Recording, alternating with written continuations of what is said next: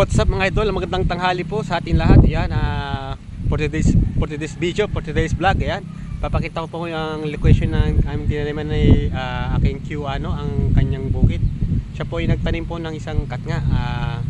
Yun po yung gabi tinatawag sa Tagalog. Ayan. Ayan guys, kung mapansin nyo, yan, matubig-tubig pa ang kanyang tinatanim na katnga. Ayan, laing kung tawagin sa Bicol. Masarap po yan guys. Ayan. For today's video anyway, mga idol, alam niyo po guys, haba pong lumilipas ang aking taon, taon-taon po nagmamahal na po ang bilihin dito sa ating public market. Unang-una po mga ating mga gulay katulad ng kamatis. Ang kamatis po ngayon is 360 kung di ako nagkamali ang per kilo. Ang sili po, ang labuyo, 1 kilo po ay 1,000 per kilo. Grabe pong napakamahal. Tulad ng mga sitaw. Ang sitaw po is 200 hanggang 220 per kilo. Ayan. Ito po yung bukid na tinataniman ni aking Tio Chuano. Ayan. Matubig-tubig pa mga idol. Nung nakarang linggo, siya po ay aking interview. Sabi niya po ang kanyang plan tatanim daw po sitaw. Sabi ko, dagdagan niya ng kamatis sa sili. Kasi po yung pagtungtong po ng February hanggang March, mahal po rin po ang mga gulay. Ayan. Kasi po dito po sa ating Kabikulan, part ng Kabikulan, halos lahat po yung nabahan. Halos lahat, yung karamihan sa atin hindi po nakapagtanim dahil gawa po ng baha, nagbaha po ng bagyo. Ngayon lang po nakarecover ulit itong ating mga bubukid. Ayan. Salute po ako sa mga nagbubukid mga idol. Sila po ay napakasipag. Ayan.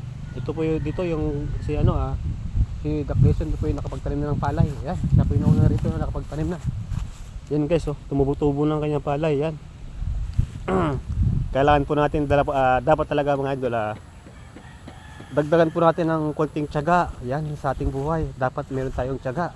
Laging may tiyaga. Ayan. Para lagi po tayong may hinihin. Hindi po tayong aasa lang ba. Dapat tayo po ay kumilos. Sabi nga nila guys, dapat daw tayo swertein.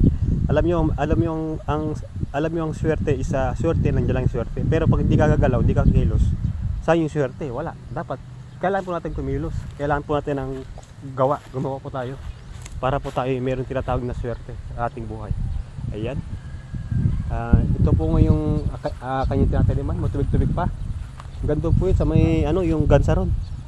Ganda po yung kanyang lupa. Yun po yung tatanim siguro ng sitaw, kamatis, sili. Yan mga idol. Ito po yung exact location niya. Yan, pakita ko yung view mga idol. Yan.